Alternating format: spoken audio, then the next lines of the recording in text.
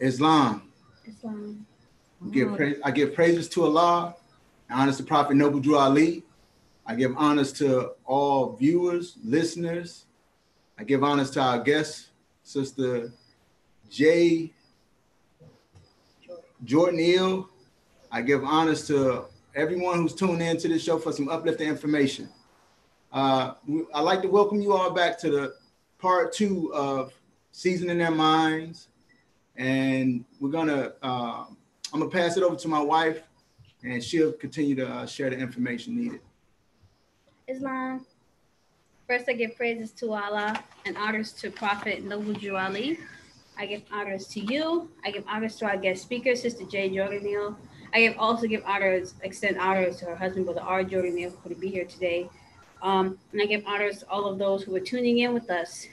And like the brother said, this is the part 2 of the episode of Seasoning Their Minds in reference to the children. And before I hand it off to Sister J. Jordan Neal to introduce herself and give a little information about herself, I'm going to read just something very briefly from the Holy Quran of the Moorish Science Temple of America. Chapter 23, Holy Instructions for Thy Children. Consider thou art a parent, the importance of thy trust, the being thou hast produced.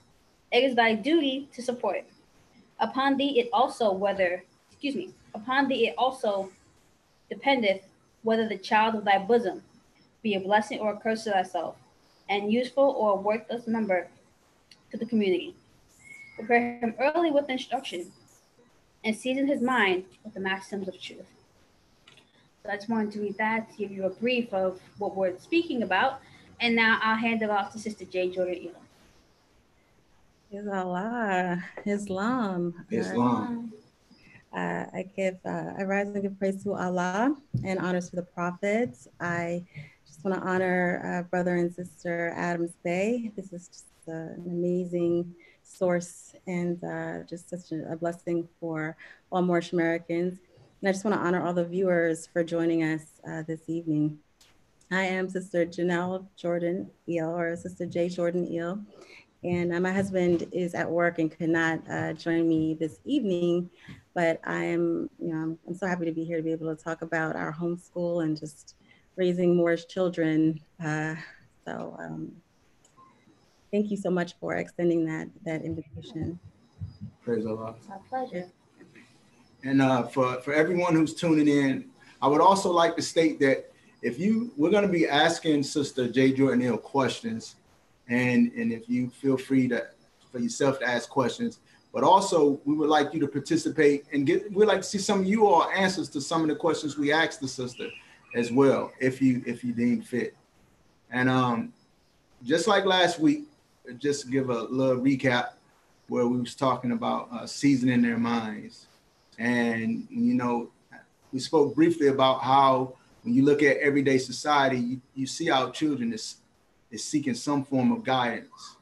And we learned through the Moorish Science Temple of America from the divine instructions that Prophet Noble Drew Ali brought us. It gives us a pattern, an outline pretty much to go by, to pretty much keep us on the path and help our children become better citizens and be able to prosper better in the affairs of man. And so I think it's, like we said last week, I think it's very important for our children to come across these divine instructions, because it'll definitely help them in their everyday life. Islam. So I guess we can get started on our questions. So the first question we have for you, sister, is what do you think it means in the Holy Quran of the Moorish Science Temple of America, what it says, season his mind with the maxims of truth? So this is an interesting question. Chapter 23 of the instructions. I wanted to say about in part 1, it was such great information, and a lot of the discussion about seizing the mind it's just right on point, because we are primary, and we have, as parents, it's our responsibility as primary in terms of teaching our children the maxims of truth. And when you're looking at 23 and chapter 23 of the divine instructions, and we look into the 12 maxims, we starting at instruction 8, and they're talking about obedience and modesty, gratitude, and charity, and it's our responsibility. So in my opinion, we're primary. It's up to us to teach them this. Parents, we tend to send our children to school and expect that the education, that they'll teach them whatever it is they consider education, but these here, this is up to us. We are essential here in teaching this. We can't lay this at anyone's doorstep to teach and expect the school system or anyone else, even the television or whatever else, to teach our children this here. That's our duty, our responsibility from birth. It's up to us. It was placed in us, and we have to teach that. So that's what that means to me when I read about the maxims of truth and the seasoning. It's our responsibility. We're essential there. Wow, praise the Lord. Yeah, because when you just said something, you know, you think about the TV. The TV it honestly raised a lot of children. Yes, it is. And that TV has a lot of subliminal messaging in it, and it can lead a child astray real easy. Because I think about a cartoon used to be, I think it was called Courage the Dog. Courage the Cowardly Dog. Courage the Cowardly Dog. And I have 2 older sons, and I remember when they were younger, the dog, the old man on the cartoon used to always call the dog stupid. And so I started hearing my children running around the house calling each other stupid.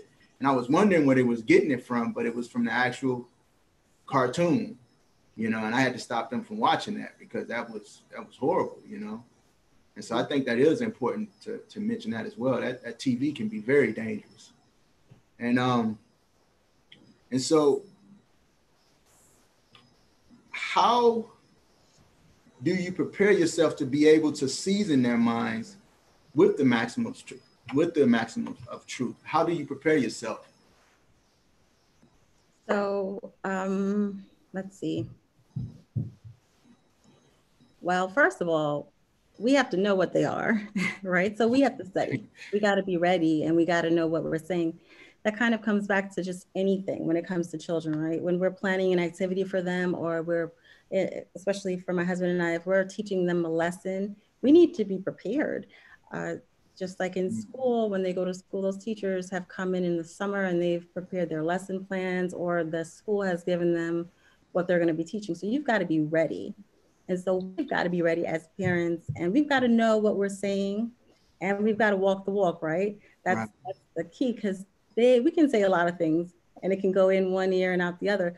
And then we do the opposite, and they're really seeing what we're doing, right? They seem to, that speaks more volume than anything else. So our practice has to be in one accord. My husband and I have to be on the same page. We have to be unified in the message that we're bringing and what we believe, right? We can't be talking opposites. And I don't know if you've ever had that experience where one parent is saying yes, the other parent is saying no. That can't work, right? That can't work. And the children will use that to their advantage, right? No, you got to be on the same accord. We have to study. We've got to know what this means, what the words mean, so that we can explain it to them as we teach it to them. And then sometimes we can apply it to what's going on. If they're having a scuffle or a disagreement, then we can tie that into the lesson. But we have to feed ourselves first so that we can feed them, right? Islam.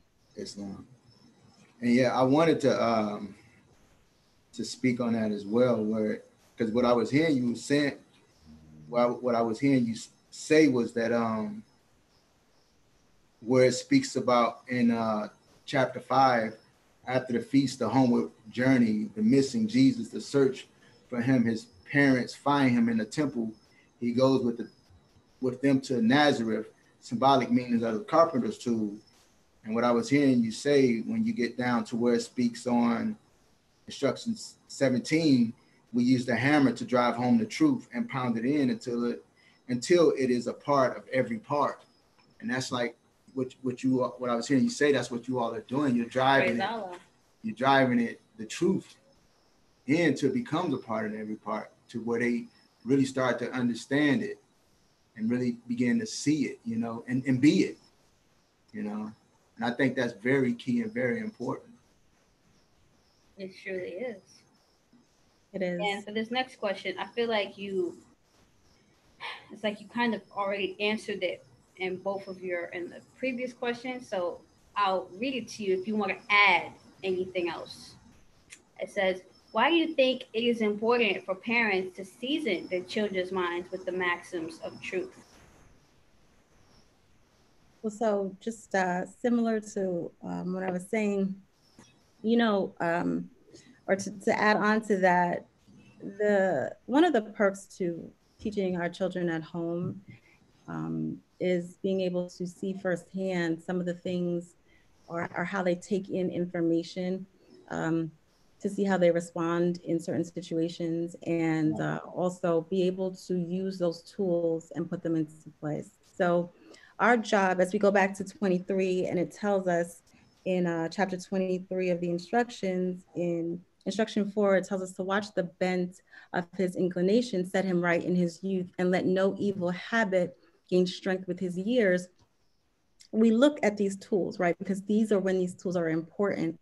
And take, for example, maybe something happens. Every parent will have this moment, that uh-oh moment, when something that our children see, we didn't want them to see. We were just mentioning the television. It could be in an ad that'll pop up that wasn't supposed to be there. Because remember, we, you know, right? Unless you're going to pay for a subscription, you know, you don't get to really eliminate those ads. And that's where they get them, right? It could be in video games. That's another thing you've got to watch, right? Because they just find different ways to sneak things in, and you've got to watch everything. So teaching our children or just being around them all the time gives us the opportunity to apply these tools, specifically be able to take into account in chapter 5, the tool described in instruction 14, where it says, we use the square to measure all our lines, to straighten out the crooked places of the way and make the corners of our conduct square. We have, when they get exposed to certain things, or if they hear language that we don't want them to use, or they see a video we didn't want them to see, and we can use those tools to, at that moment, thankfully, to kind of correct that and say, okay, now, this is not what we want to hear. That wasn't okay. And it ties into some of our lessons. Sometimes when we're talking about the instructions and we're talking about the higher self and the lower self, we can say, okay, what do you think? Do you think that was higher self, lower self? Do you think that line in that song is something that you want to be singing? So those are the opportunities that we have to take that into consideration. Here is my 4-year-old, Michaela, who's coming to say hello. Say Islam. Hi. No, say Islam. Islam. Islam. Islam. Praise Allah. So that's really important in why it's important to season them with those maxims, because then we get to see how they apply it, right? We get to see what they do, how they do it. And it's not necessarily to correct them so much as to see it in action, because we're character building. We're building their character. And what we tell our children is, we're teaching you because we're not always going to be there. And when you're standing on your own, and we want to know you're standing on your square. We want to know you know how to handle yourself, and we want to trust that, so we don't have to worry, because we know you got this. And should anybody call us to say your son or your daughter, I already know, right? We already know, because we taught you right. We know we got your back. So praise Allah. Character building, right? Praise Allah. Praise Allah. Wow. I didn't have any knowledge. She's pretty much said it. Oh, I'm sorry. Oh no, that's good. Praise Allah. If you could compare one or some of your children to an actual seasoning, which one would you use for each of your children and why? Seasonings, okay. So, they are some spicy children sometimes. But I would go, honestly, I think I would go with maybe nutmeg, cinnamon, and allspice. Now, those spices, they seem a little, Kayla's my allspice right there, right? She's a little bit of everything. She's a little bit of everything in there, and she surprises you sometimes. But I like nutmeg and I like cinnamon because you know it's there, right? But together, they all kind of allspice because they're versatile. And that's what we wanted. We wanted them to be able to hold their own no matter where they are and no matter what they're doing. They can talk to you about anything and everything. They know, we covered, or we continue to cover all of the bases down to etiquette lessons, the information they know about all kinds of things, just, it amazes me. So they're so versatile. We wanted them to be able to do so many things and travel and do all kinds of things. So they're a little bit of everything, and we love that about them, but they're unique, and you know it. You know them when you hear them. So I would think that's what nutmeg, cinnamon, allspice, that's what comes to mind when I think of them. Praise Allah. Yeah. And I wanted to comment on that. Specifically how you use allspice. Yeah. I've used allspice before. Allspice is one of those things, you don't need too much of it. When you throw it in there, it makes a dish pop. Yes. And the same thing with cinnamon and nutmeg. Like, they're there. You don't need too much of it, but it's there. And those are, nutmeg and cinnamon are usually used in sweeter things. Not always, but most people use them in like sweeter dishes because those flavors make them feel good. And I just thought that was beautiful that you chose those specific seasonings to describe your children. Wow. I wanted to say that. And also in the first instruction, divine instruction of that chapter, holy instructions for thy children, where it says, consider, thou art a parent, the importance of thy trust, the being thou hast produced. It is thy duty to support. From speaking with you on this show, you can tell that you and your husband are really striving, and I just want to extend honors to you both for that, because having younger children, that can be a challenge in itself, but it's evident that you two are really striving and applying the prophet's instructions just from the way you're speaking. It doesn't sound like you're just reading it, or you can tell that you all make this a part of every part, and I just want to send honors to you for that. Praise Allah. So before your children started homeschooling, how difficult was it to keep them from being influenced from the semblance of truth found in the outside world? Ooh. It's almost impossible to honestly live in a bubble. It's almost impossible, and that's why our focus is character building. So it's impossible to keep them from being influenced, but I want to know, and we want to know that when it happens, when they find themselves in a situation where they find this challenge, we want to know they know we've given them everything. They have the tools that they'll put them into play. Now, from the womb, we're protective, right? We're protective. Some of us, when we carried our newborns, we put them in the carrier and we'll carry them right in front. We cover them up if we're going to a store. We don't want anyone, we're very protective of them, but it is inevitable that we will have that cringeworthy moment where, like we just talked about, an image will appear, and we'll have to, maybe there's some crass lyrics from the backyard barbecue happening with the neighbor. There's nothing we can do about that, or to control those things, but those moments really are good moments to see what they'll do. Those are also good moments, again, to teach them using those tools and to make sure how, watch that bent, to see what they're doing, how they respond to it. And I just wanted to point out that whether you homeschool or not, it's going to happen. You're going to have that situation. You could just be driving in your car and, you know, someone might be walking across the street and they may see something that you never intended that they see. And so there are times we kind of have to be like, but we do the best we can. And we try our best to turn the situation around, to make it a teaching moment. And then if they have questions, which sometimes they do, and I'll even say I can be that parent that will make things up sometimes. If they ask, I think the other day, my 8-year-old, and we have 3 young children. We have Brandon, who is 8, James, who is 7, and Michaela, who's 4.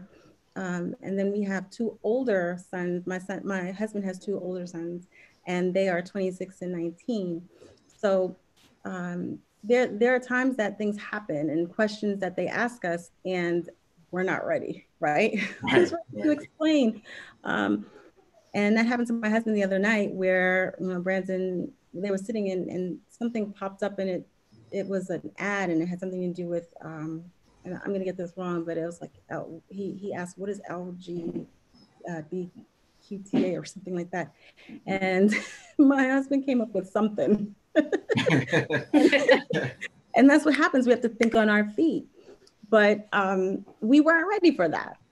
My son is 8. He shouldn't have to, there's some things that I feel like we should be in control of when they should know it, right? That's the beauty of homeschooling, is we can control the subject matter and the timing, but it's inevitable, it's gonna happen. The best that we can do is kind of do what any parent would actually do, and just sort of take a minute and apply the tools and talk about it, be honest. So that's the best that I can actually do, that we can do, is be honest parents, and try to bring it back to the instructions and tie it in as best as we can. All right, praise the Lord. And so what difference have you seen in your children after you and your husband began homeschooling them? What difference have you seen? Okay, so I'm gonna say that a difference I've seen in my children, they're a lot less stressed out now. Praise the Lord. I think there's a couple of reasons for that. My daughter right now, she's actually playing with Newton's right here. She's tied it all up, so I'm gonna send her upstairs with that. Okay, and you can show Brandon this too, please. I'll show you how it works, I promise, right out. Okay. A difference I've seen is they're a lot less stressed out. No peer pressure. And that was a big issue. Each child is different. And I have one son, he's really straight-laced. He's always worried about everything. And so we were talking about this morning, he likes to wear his shirt buttoned up right here to his neck, and his tie, he wants that on too, straight-laced. My other son does not want to wear clothes at all. Okay. Two different children. My daughter, she will not wear what you lay out for her. She's wearing what she wants. So with my sons, less peer pressure. They're much more relaxed, and I get to see who they are. They don't feel forced to be anything, or to be anyone, or to be like anyone, just who they are. We give them the freedom to try different things. They've had karate and swimming, and we tell them, just do your best. That's all I'm asking. I don't want you to be perfect or to do anything like anyone else. Just be yourself. So I've seen that change within them. Also, their relationship with each other is different. They are 1 year apart. And so I started this journey, and I didn't think that they were doing so well together. You know, Brandon was first, and I was pregnant with James right behind him. And so he had to learn to share really quickly. I feel like there was always, they didn't get along as I would have liked. And I home because they only have each other. I've seen a great improvement in them and their relationship with each other. So they've connected better. That's a change I've noticed. And also an appreciation for us as parents. I've noticed that as well. Just appreciating us and what we do, just because we've kind of, sometimes we have to remind them about appreciation. And so I think they have a better appreciation for us as parents too. And that's really important. Wow, praise Allah. Praise Allah. I wanted to just read a few comments. Well, not a few, but a bunch of the more send their Islams and we extend them back. But I wanted to share that your husband commentator said, "My wife is amazing." Praise that Allah. was beautiful. Praise Allah. Praise Allah. Yeah. Praise Allah. Beautiful. So how do you apply the Prophet's lessons into your curriculum / daily lives? And how has it affected your children and family as a whole? So one way, and this is kind of cool. So we go to school, we learn math, we learn reading, social studies, geography, we learn so many different things. And one way we started, the first, and I honestly think it's the easiest way to start, is just copy work, right? Because handwriting is important.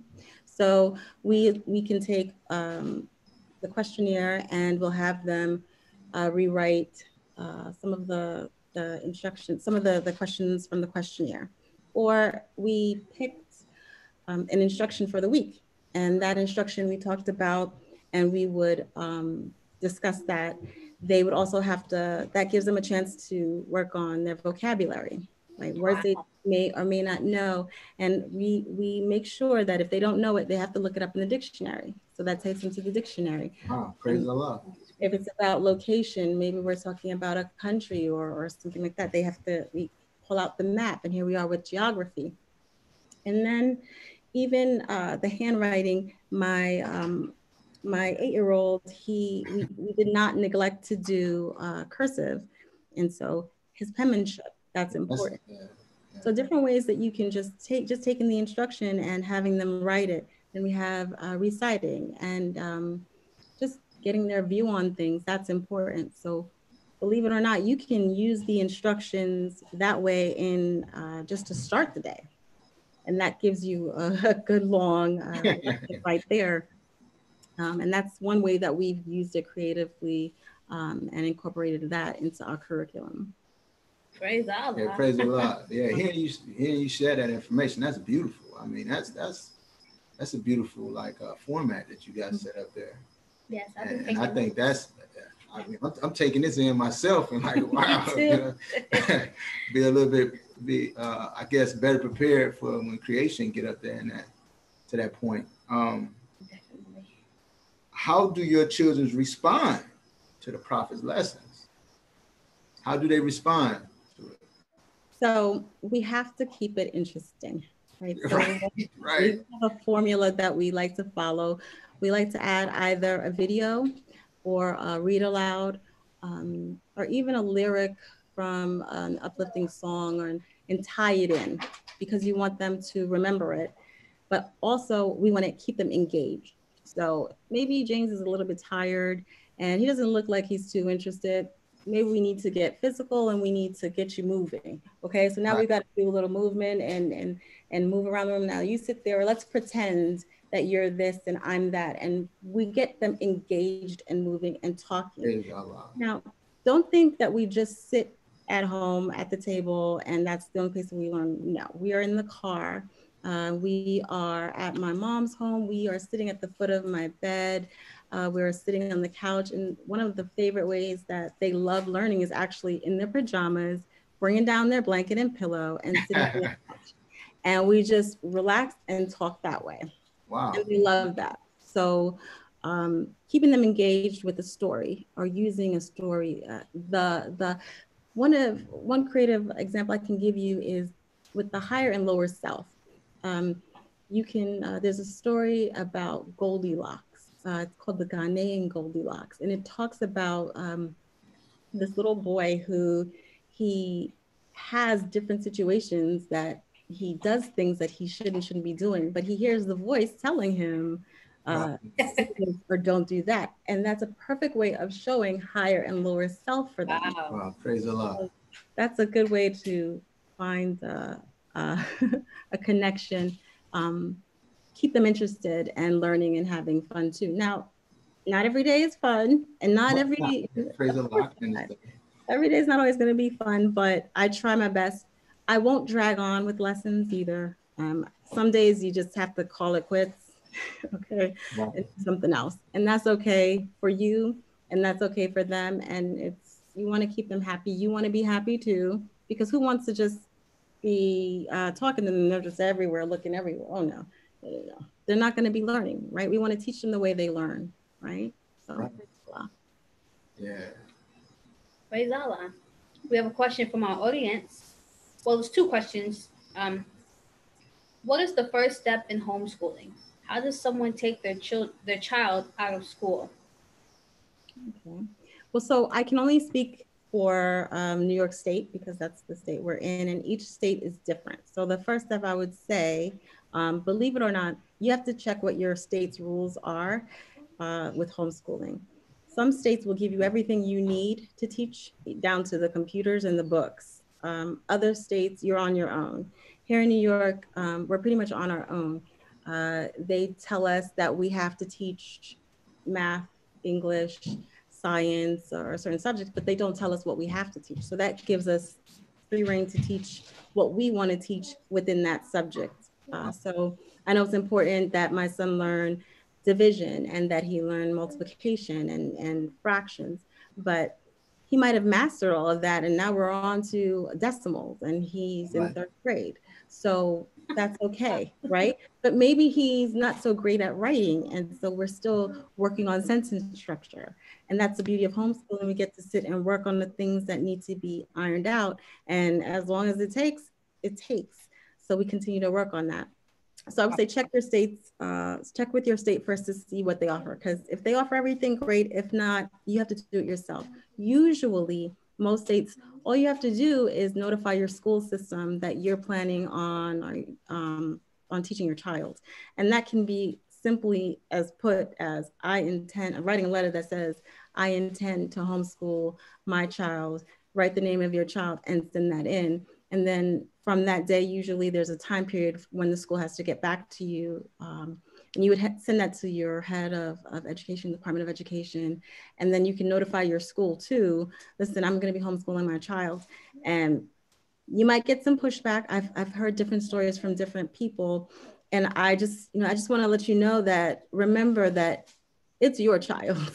And you are responsible for teaching your child, and you are in control of what your child should be learning. You should be aware of what your child is learning. And if you decide you want to teach your child, you have every right to teach your own child. So you might have to fight depending on the state. And I've heard different stories in different states, but at the end of the day, I'm glad that everything worked out. And even if you have to fight, it's worth it, right? There are children.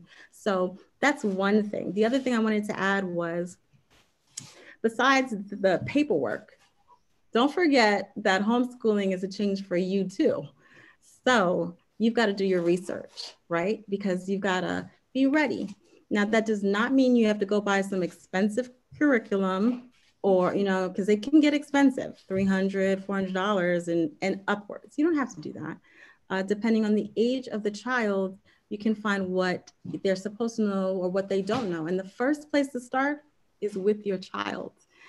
Start there. Give them online. You can find some free assessments. You can talk with their teacher, take a look at their work, see what they're working on, and give them a little test, see what they can and cannot do, and start right there. But before you go out, remember, there's a lot of information on the internet.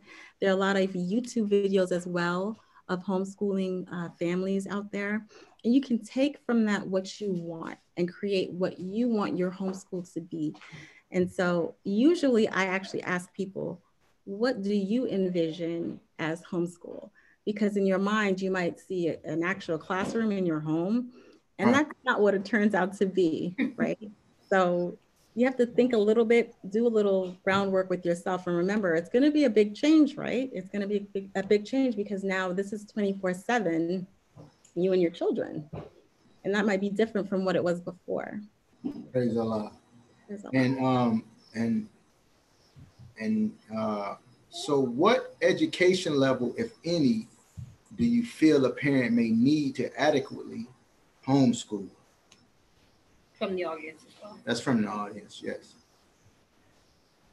Well, that depends on the age of the child, right? But in terms of preparation, you don't really need anything.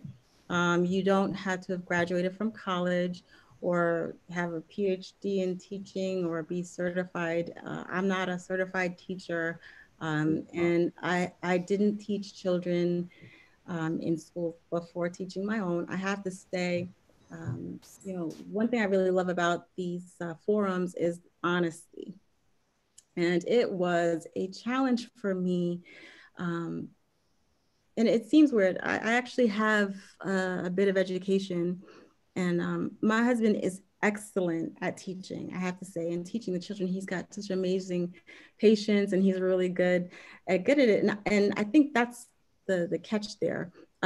When you're a parent, patience is going to be a key ingredient in terms of skill. And so you don't need to have degrees or letters behind your name to homeschool your children. What you need is a few ingredients, right? We need patience. We need to have humility, right? Because this is new. And also, you're going to be learning from them. So we have to be able to humble ourselves as well, because we're going to be learning from them. So I'm going to say, you don't have to have a certification in anything. Anything you need, you can actually get from them. And then in terms of teaching science or math or whatever level, you can get that from the internet for free. Okay. Books are available. You can purchase on Amazon at discounted prices. There are homeschooling groups, and this is wonderful. There are homeschooling groups that get together and do what's called group buys, and they buy subscriptions to learning apps that cost hundreds of dollars for $5 for the year, because they get the school discount, the school discount, excuse me. And that's great. When we get together and work together, it's amazing what we can do, but that's us supporting each other. And so you don't need anything really in terms of education level to teach your children. These are your children, right? You are the first teacher, right? And so trust me, I was very hard on myself. And I think the toughest challenge that you're going to have is not being so hard on yourself. That's key. Praise Allah. Praise Allah. Praise Allah. So, before your children were born, did you and your husband have the knowledge that you were not Negro, Black, colored, Ethiopian? And if not, how did your children take to learning who they truly are? So this is the best part. My husband began learning more science, and he introduced me to it. And this was, I think we had our firstborn, Brandon, at the time. And I was pregnant with James at the time. So James and Michaela, when they were born, we were already practicing more science. Now we're going back 7 years. So they are learning, all three of them were taught from the start that they weren't these names that were put on us. That wasn't what they are. They'll tell you in a heartbeat, they'll say, don't call me Black. I'm not Black. So they'll tell you right away. We came into more science about, I want to say 9 years ago. And so we learned after school and, as adults who we were. So imagine, we think about this, imagine if we knew from the start who we were. There's nothing that they could have told us in school. And I was one of those kids in school who I was always raising my hand and correcting and saying things. So I can imagine the things I would have been telling them, because what we were taught. But we didn't know anything about ourselves past slavery, before slavery. We didn't exist, right? That's what they told us. Our children know the truth. Wow, praise Allah. That's beautiful. The power, That's right? very That's powerful. Right. Yeah. And so how, because I was listening to you say, they'll quickly say, I'm not black to someone. How do you teach them how to stay within the bounds of righteousness? Because I know children don't have a filter, you know, so they when they say it, they just say it the way it comes to them, and boom, it's out there. So how do you teach them to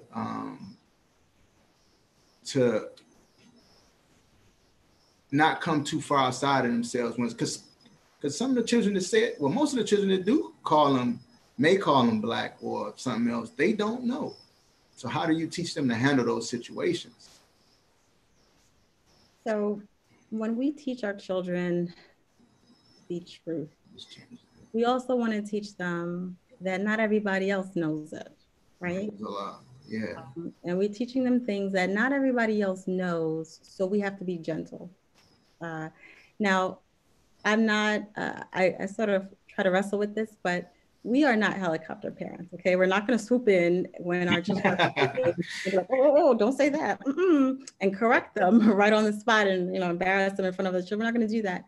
But there are times that we've had to say, you know, that little boy didn't know anything, or they didn't know. And I just want to also back up and say, it's not always just children that they are correcting. It's mainly adults that they have to correct. And in that, it's kind of twofold, because we want them to maintain respect and to respect their ancestors. They're going to respect adults. But it's like a superpower. And sometimes, you know, you have this superpower. They don't know you have the superpower. So we got to tread lightly here, right?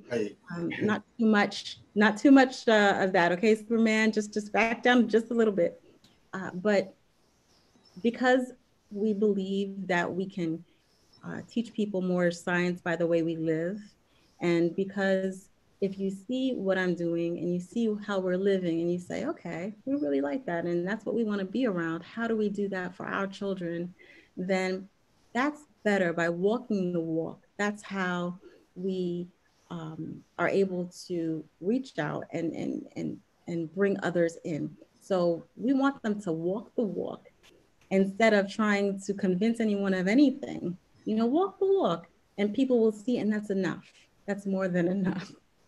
And so we have friends over or family over and we're walking the walk, okay? And that's enough. We don't need to try to convince anyone of anything, because our life speaks for itself, and that's enough. So we sometimes we got to temper them a little bit, but honestly, it's mainly with adults, and it's okay, because I know that that's one of those moments when we get to see that, hey, you know, our lessons are working. But we also want to maintain respect as well when it comes to adults and to others, and be gentle, because that's important too. Praise Allah. In reference to there was something you said that I found very interesting, in reference to making sure they walk the walk and they pretty much be that example. I was gonna ask, like, what is a specific example of that? Like, what is a day like with the Jordaniels? What is a weekend like with the Jordaniels? So I think we start our day, mornings are hard. I think for me, since we don't have to get up at 6 in the morning. You know, years ago when I was working full time, I had to get up, I used to get up really, really early, make breakfast, make sure that the children were dressed, uniforms were ironed, and the whole 9 yards. We don't have to do any of that. We start our day a little bit later. Breakfast is ready when breakfast is ready here. But the children really, they have chores, they have responsibilities that they have to take care of. So when they get up, they're responsible for taking care of themselves in the morning. They, you know, the brushing the teeth, washing their face. They have to make their own beds and tidy their rooms. That's their responsibility. They have to open the blinds and they have to read a book. Now, this is important for us because that gives me time to have some time in the morning for me to get going. It takes me a little bit longer in the morning, get these joints moving. But I like to start my mornings with a little bit of meditation and some fresh air. We have 2 dogs. So this home is a bit, there's a lot going on. We have 2 dogs and a bearded dragon. So we got to turn on the lights for the bearded dragon. The dogs have to go out because they need to go out. They have to have water outside. So each child has a responsibility that they have to take care of before we actually sit down to breakfast. But all of that gives me time to start breakfast. We have breakfast and talk about whatever we're going to do that day. And sometimes I just ask them, what do you want to do today? And I try to fit in a little bit of everything during the day. And I have to say, I'm not very good with a set schedule when it comes to time. So we don't do back to back to back things. I try to accomplish specifically a certain task. So if we're going to be doing science today, we have our experiments and they love science. So they love their science experiments. They love hands-on learning. And so if I'm trying to talk to them about plants, we're going to go outside to the garden in the morning. We're going out there early. We're going to go out there and we're going to start pulling some weeds. And I think that's important for them. And they're doing the work, they're pulling the weeds. And then I love the fact that they can actually see the vegetables we're growing and they can see the stage, they can see the flowers. We talked about that ties into science. And remember, everything you're doing, you want to tie back in, right? So we're talking about growth and planting the seeds and how it is important for us when we're cultivating those seeds. Wow.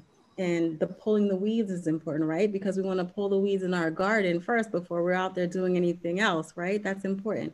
So that ties into science because they're seeing the flower and we are seeing how the vegetable forms from that flower. And so hands-on has always been the most exciting thing for them. So I try to keep them engaged that way. And after that, of course, this is one downside to homeschooling is that it seems like they're always in the kitchen. Always, I feel like so there are some days they're always in the kitchen, but they're independent. And there's an independence that comes with that, them being home. And they can make their own sandwich if they're hungry. If their dad, my husband, he works nights. And so sometimes he's tired, but whenever he's up, he's engaged with them. So I try to center some of our activities when he's up so that he can be involved too, because he wants to be. You know, he's not up there taking as much sleep as he can. He wants to get up and he wants to go with us if we're going somewhere. If we're going to be in the yard, he wants to come out. If we want to go to the zoo, he wants to go. So I try to save our trip days for zoos and museum for a Friday or a Saturday when he's around to keep him engaged. I do not like to do too much in the evenings because they used to have activities like karate and swimming and things like that. But I like to calm it down a bit, but that doesn't mean that they're not learning. And there are times that I've had to pull out, if they don't want to go to bed, I'll pull out the math book and I'll pull out my little chalkboard and say, okay, you don't want to go to sleep? No problem. Let's start with fractions and on page 6, you know? And we've had lessons like that, but that's, they can learn at any time. Praise Allah. Praise Allah. And how does it make you feel as a parent that your children are learning the lessons of Prophet Noble Drew Ali? So this is huge. The impact on our children is huge. These lessons are not, it's not like you can just run through the lessons with them. You know, you have to break it down and take the pieces and teach them so that they can understand and break down what it means and what are we talking about here. And I'm happy to say, you know, I'm proud of my children. I'm proud that they know their 101s and I'm glad that they can recite them, but do they know exactly what it means? Like, I don't necessarily, it's great that they can recite them, but do you know what that means? Do you know what it means to be Moorish American? Do you know what, you know, I'm glad you can tell me the genealogy. That's great, but you know, who was Jesus and who was Ruth? So I'm proud of them. I'm glad about what they're learning because as we're learning, they're learning. So that's excellent. there's a power here. It's powerful. The more science, Temple of America is doing an amazing thing, and just being able to keep children at the forefront, and as the guiders of our nation, I'm excited to see this, because again, I wish we had learned this when we were younger, right? And here we are with this opportunity. Creation is going to be amazing, right? Yeah, and it's a lot.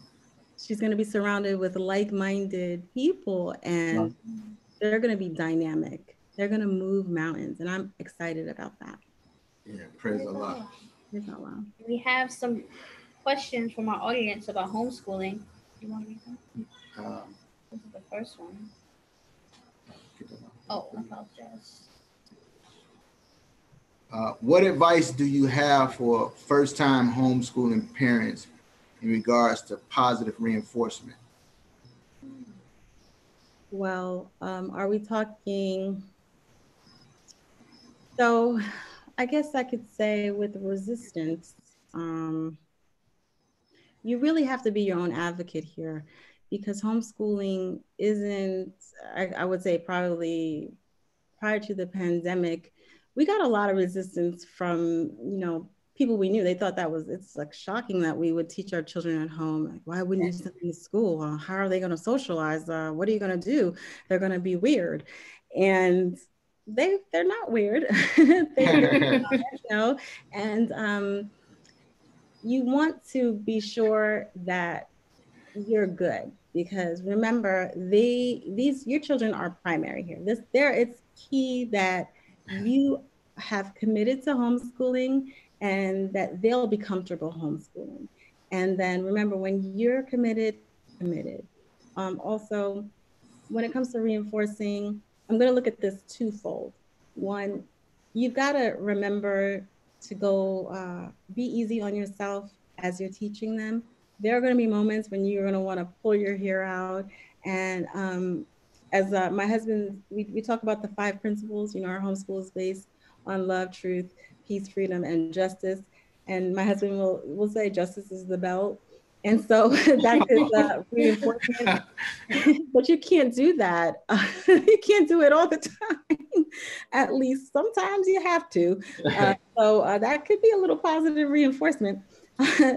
But because when you're with your children 24/7, sometimes they're not going to take some things seriously. They're going to know what they can and cannot get away with.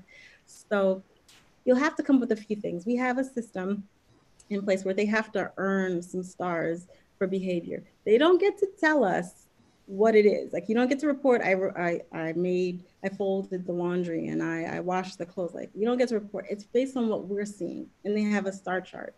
So we use that, and when the star chart is full, we'll reward them. They get to tell us several things that they like, but that doesn't mean they're gonna get those several things.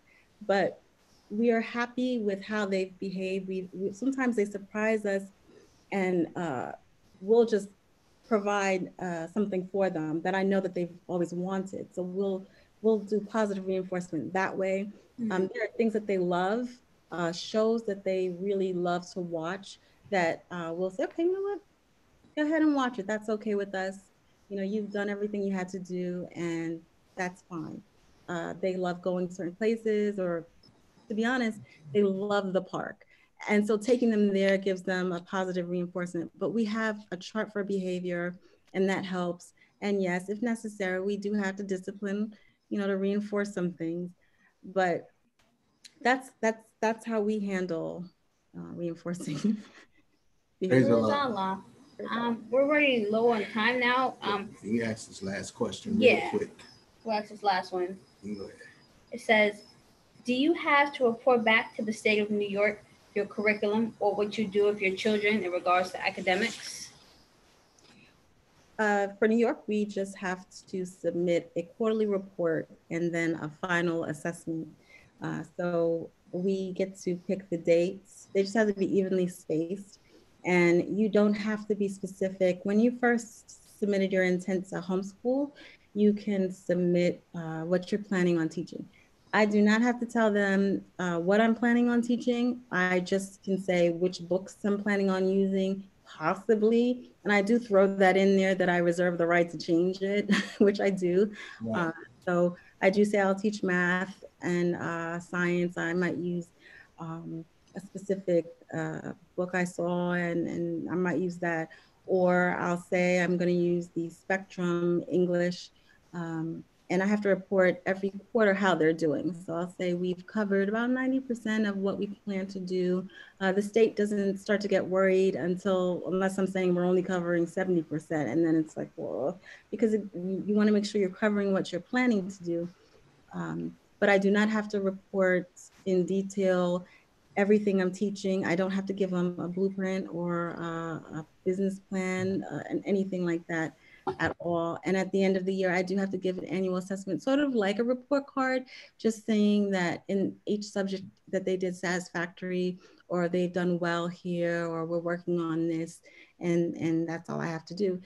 It's not as detailed as people would think. Praise the Lord. Praise the Lord. So with that being said, we've reached near the end of Universal Love on the topic of seasoning their minds. And what we like to do is leave the viewers with a closing remark. So our guest normally leaves that. So if you don't mind, Sister J. Jordan Hill, would you please leave the viewers with some uplifting information if you don't mind? It would be greatly appreciated. Praise Allah. If I had to leave something, I'd say that when we started, we started talking about chapter 21, and the instruction 15 talks about happy were the man that should make her his wife, happy the child that should call her mother. You know, happiness is key, and it goes all around for all of us. From my husband's happiness is key and important, my happiness is key, and the children's happiness is key. So focus on happiness and you can't go wrong. Praise Allah. Praise Allah. It's my turn. I just want to say thank you, Sister Jordan Neal, for coming on and sharing all of everything you shared. I was definitely taking notes. Brother Adams Bay said he was taking it in. It was very beautiful and helpful information, also very inspiring. And I like how you said to focus on happiness. And that's very important because it speaks about that in the lessons as well. I can't recall at the present moment where it speaks about it, but yeah, I can totally agree with that. Happiness is so important. And being on this call with you both has made me very happy. So praise Allah. And I want to thank all those who tuned in, and thank all those who assisted and are aiding in the uplifting of fallen humanity. Turn it over to Brother Adams Day. Islam, I would like to say thank you, Sister J. Jordan Hill, for coming on Universal Love and sharing some very beautiful and very uplifting information that I think is very important for our people to grab a hold of, especially in the trying times that we're in now with this pandemic going on, and people are having to homeschool, you know, and hearing you share that, you know, it's more good than it is bad, because a lot of people are panicking when it comes to having to homeschool and take on this. It's a mighty task, which I can believe, especially if you have a lot of children. I definitely believe it is, you know, and I think it's important for our children to learn the truth, and you're, to me, setting a great example of your children learning the truth by giving them the teachings of our holy Prophet Noble Drew Ali from, you know, the Holy Quran of the Morning Science Temple of America, and also applying it in their daily lessons to make them better citizens and hopefully grow to be guiders of the nation at some point, you know, and may Allah be pleased with your continued endeavors. And also, I would like to thank our viewers who did tune in tonight, and I hope you all gained some uplifting information. And I want to thank my beautiful wife, as always, you know, for allowing me to assist her and her assisting me, you know, and trying to, bring as much uplifting information as we can. And with that being said, we come to you in love and we leave you with peace. Peace.